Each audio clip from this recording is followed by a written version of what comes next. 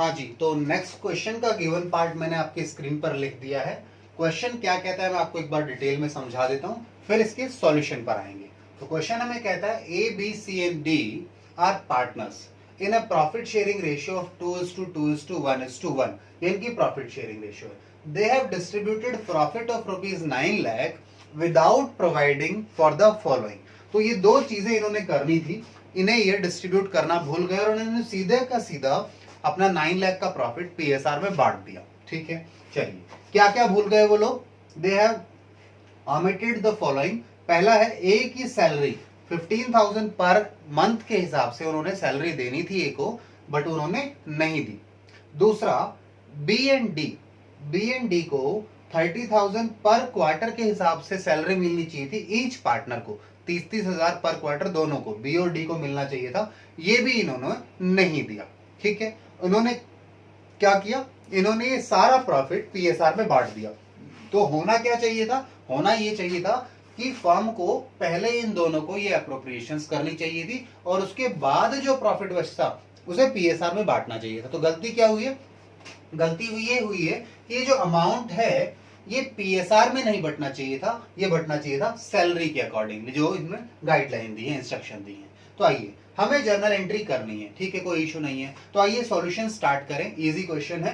देखिए सॉल्यूशन देखें तो सबसे पहले वर्किंग नोट बना रहे हैं।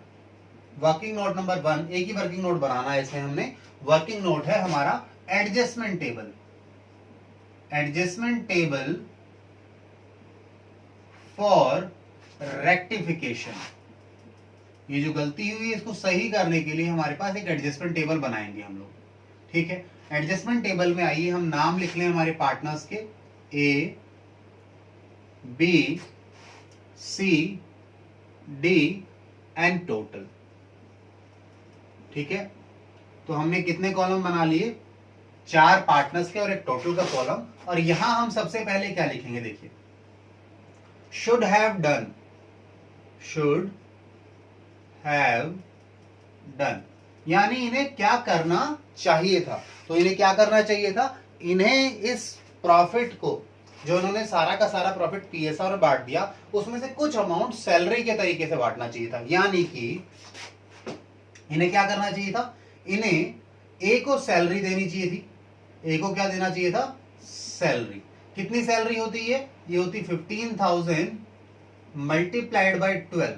तो ये कितना हो जाएगा, 15 गुना में 10, 1,50,000 और 30,000 और, यानी कि ₹1,80,000। ठीक है, तो मैं यहां लिख देता हूं सीधा, ए का ही है 1,80,000। उसके बाद बी और डी को, सी का कुछ नहीं बोला, बी और डी को सैलरी देनी चाहिए थी। कैसे, सैलरी मिलनी चाहिए थी, डी को भी सैलरी मिलनी चाहिए थी। कैसे मिलनी चाहिए थी सैलरी, इन्हें मिलनी चाहिए थी 30,000 एक क्वार्टर की सैलरी है, तो बताओ 4 क्वार्टर्स की सैलरी कितनी होगी, यानी पूरे साल की सैलरी कितनी होगी। चलिए 30,000 इंटू 4, 1,20,000 हो गया, 30,000 इंटू 4। ठीक है, तो 1,20,000 मिलने चाहिए थे बी को और 1,20,000 ही मिलने चाहिए थे डी को।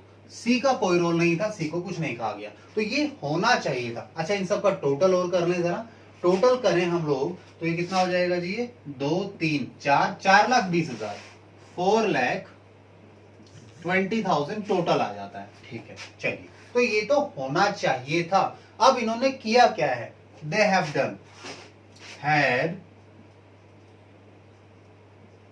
डन, किया क्या है इन्होंने किया क्या होगा, ये जो टोटल अमाउंट है 4,20,000 का, इन्होंने इसे सैलरी के तरीके से नहीं बांटा। तो इन्होंने क्या किया, इस सारे प्रॉफिट को जब प्रॉफिट शेयरिंग रेशियो में बांटा तो ये अमाउंट भी पीएसआर में बांट दिया, जो कि इनसे गलती हुई है। सो गलती क्या की है इन्होंने, डिस्ट्रीब्यूटेड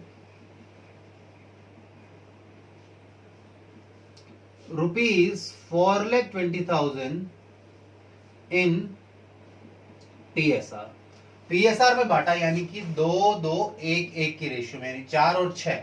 यानी इन्होंने किस तरीके से बांटा होगा हम कैलकुलेट कर लेंगे। जरा एक काम करो, 4,20,000 के 6 हिस्से निकालो, तो 6 हिस्से निकालेंगे 35 7 70,000 आ गया आई बिलीव। ठीक है। सो एक हिस्सा कितना आया 70,000 का। तो इसे कितने दिए होंगे इन्होंने, ए को 2 हिस्से दिए होंगे, 70,000 मल्टीप्लाइड बाय 2 यानी कि 1,40,000 दे दिया होगा।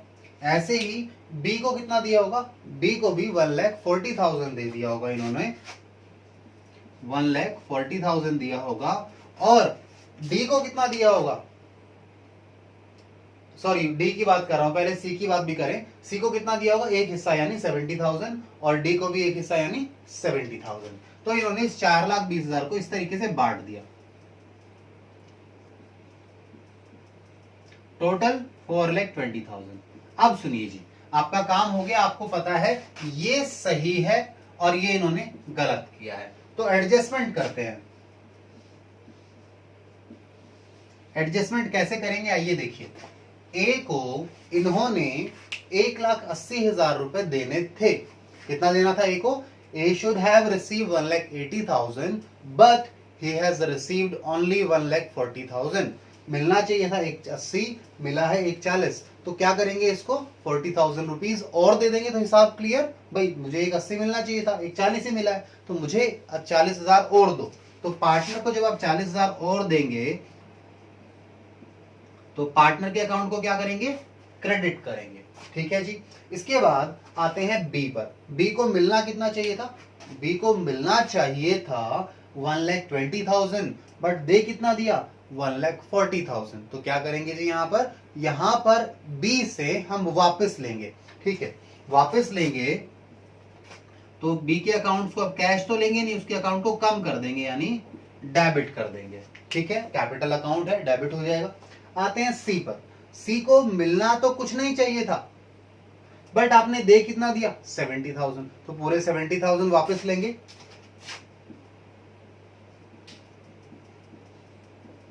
डेबिट। आते हैं डी पर। डी को मिलना चाहिए था 1,20,000, मिला कितना है, केवल 70,000। तो और देना पड़ेगा कितना, इसे देना पड़ेगा 30 और 20 50,000, 50,000 देना पड़ेगा। आइए 50,000 दे दे, क्रेडिट कर दो। ठीक है, तो अब ये जो आपके पास निकला है कंक्लूजन एडजस्टमेंट, इसकी हमें जर्नल एंट्री करनी है। फिक्स कैपिटल मेथड तो कहीं बोला नहीं है, तो कैपिटल अकाउंट में एडजस्टमेंट कर देंगे। इस क्वेश्चन को मैं इरेज कर देता हूं क्योंकि मेरे पास जर्नल एंट्री करने के लिए स्पेस नहीं बचा है, तो यहां मैं जर्नल एंट्री लिख दूंगा। आइए मैं इसे इरेज कर दूं। ये लीजिए, यहां हम जर्नल एंट्री कर लेते हैं। ये सॉल्यूशन का ही पार्ट है, जर्नल। तो जर्नल में क्या होगा जी, बी और सी डेबिट होंगे। ठीक है, B is capital, account debit.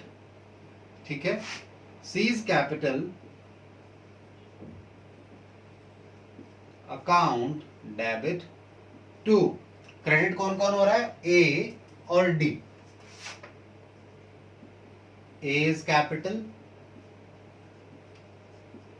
to D is capital। Amount हमें पता ही है। Adjustment entry passed. Working note का रेफरेंस लेना चाहे तो कोई वर्किंग नोट से कैलकुलेशंस दिखा सकते हो उसको। आइए अमाउंट लिख लें। ए और बी, सॉरी बी और सी है 20 और 70, 20,000 70,000। और ए और डी कितना है, 40 और 50, 40,000 50,000।